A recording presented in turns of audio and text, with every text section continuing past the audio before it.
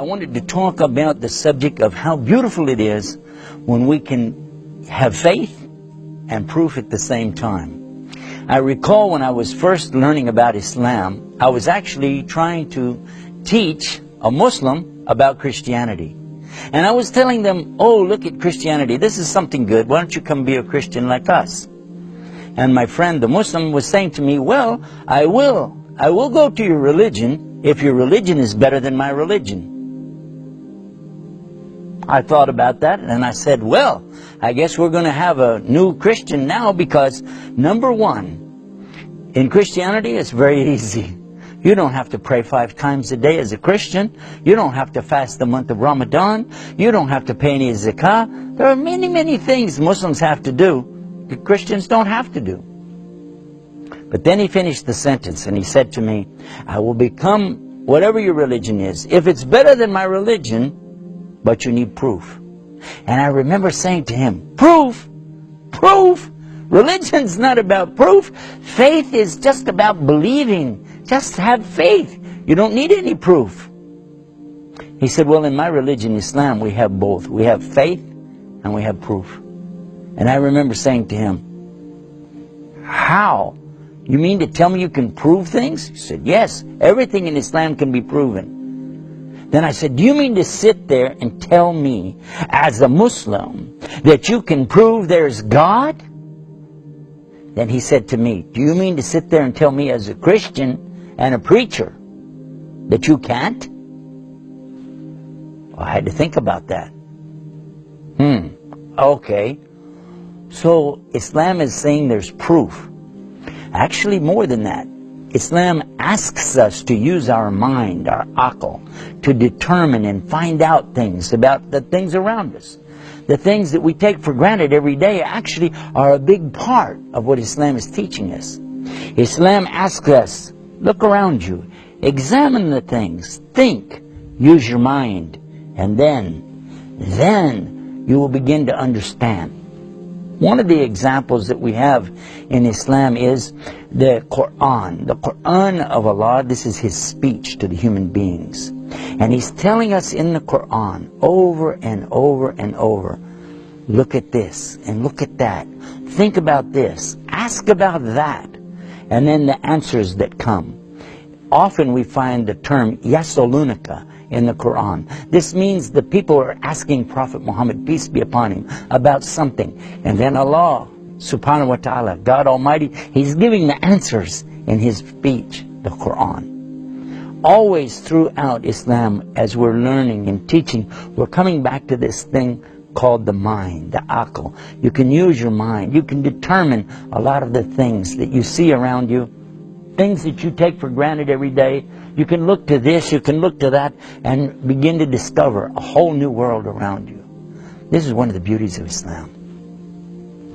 I remember in the Quran, when I first read it the very first time, that it was telling me about this straight path. And I was thinking, what's that about?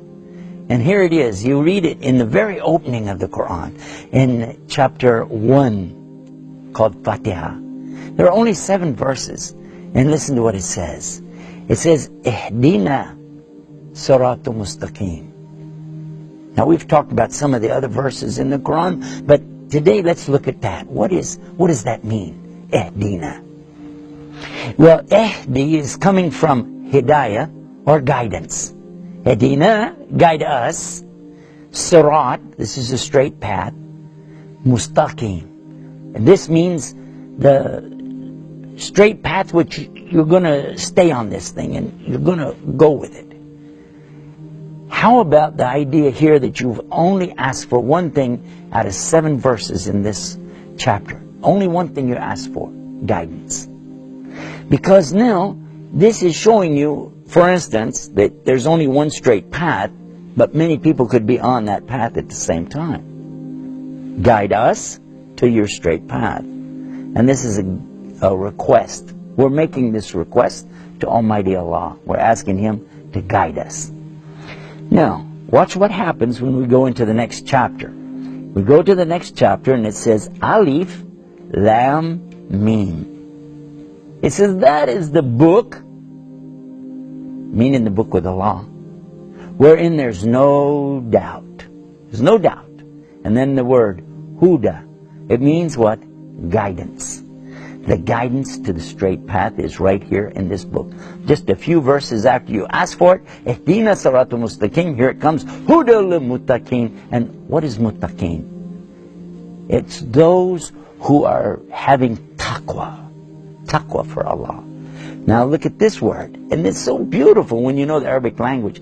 The taqwa means to put a partition, a veil, a barrier between you and the punishment of Allah. So if the person is a believer in Allah and he's trying his best to please Allah and not displease Allah so as to not get Allah's anger on him, then this person, he's going to be on the guidance, the Huda. And this is really what it's all about. I recall when I first came to Egypt the very first time, and a friend of mine was a doctor, and I was going down to his place on the Nahar Nil, which is the Nile River. And he asked me a question. He said, can you tell us what it's like to go from some other religion, to go from what you were in before, to come into Islam? Could you tell us about it? I said, well, I don't know how I would describe something like that. And then I realized, I said, okay, I was looking at a boat in the water in the Nile River, the Nahar Nil. I said, there's one word I need from you. He said, what word? I said, the back of the boat. There's this thing you steer the boat. What do you call this? He said, Daffa. Daffa.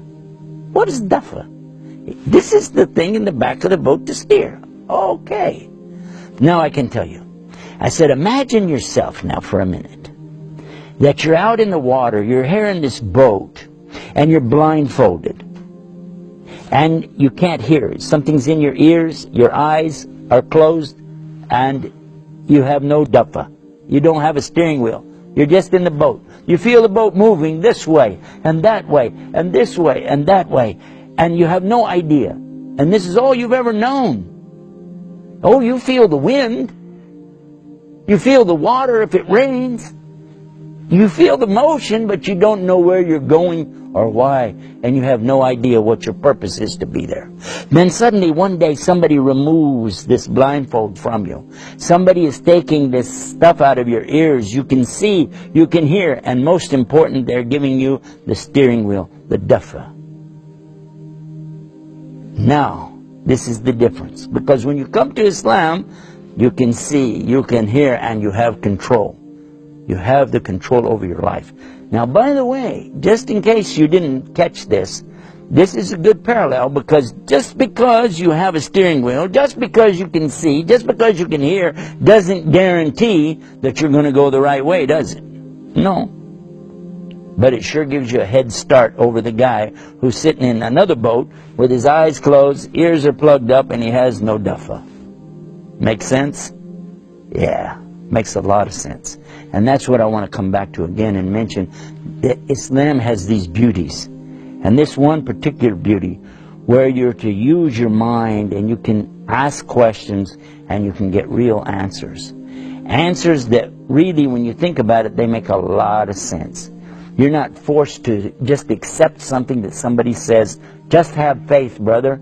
Just have faith. Well, faith is great if you've got something to base it on. If you can see something, you can hear something, and you have some control, some steering wheel, this is a great advantage. And it's probably one of the bigger attractions, I think, of all of the beauties of Islam that we've been talking about. I think this is one of the most emphatic of all of them. That it comes to you in a way that once you start using your mind and your heart, and then you see what Allah is having in front of you, it becomes a lot easier to accept and then to put into practice. All of this is just one of the many beauties of Islam. The beauties of Islam are many, and if we tried to enumerate them and count them, I think we would run out of time. And we're running out of time even now as I'm speaking to you. This program is too short. We wish we had more time to cover all of these beauties of Islam. And when we think about it and examine this brain that we have and realize that it was given to us, the knowledge that we have, that we're thinking with, This is all part of something in the Quran which we find. Allah is telling us in the Quran clearly that He is the one that has all the knowledge. All the knowledge is with Allah subhanahu wa ta'ala. He knows everything of the creation around us, over us, under us. And we don't have any knowledge except the knowledge that He gives us. That's all we have. And He says that. We only have what He gives us. And by the way, He can take it back. Have you not noticed what happens when people become old and they get these degenerative diseases of the mind like Alzheimer's? They can't remember things anymore. Their mind starts to go. Well, where did all that intelligence go that they had? Allah takes it back. So this knowledge, even the knowledge you and I have right now, that we're talking and you're listening and I'm saying something back and forth, all of this is from Allah. Maybe you'll remember it tomorrow. Maybe not. All of this is coming back to the thing we started with, talking about using the mind. And the mind is a very important part of understanding Islam. And it's an important part of the beauties of Islam. Allah asks us in the Quran so many times using the expression, Alam tara kaifa. Don't they see how? Don't you notice how? Alam tara kaifa fa'ala rabbuka ashabal fil. Haven't you seen how your Lord dealt with the people of the elephant? This is one of the expressions Allah asks you. And He's asking you to use your brain, use your mind, think. So many times we've come to these beauties of Islam and we miss it. So I hope you don't miss it. I hope you will pay attention to this beautiful thing called the beauties of Islam. Until next time, this is Yusuf Estes reminding you about the beauties of Islam. Assalamu alaikum. When we open our eyes, that is where it starts. The journey of our soul. We're guessing this world, our temporary home. Convey the message to everybody of Islam with kindness and love.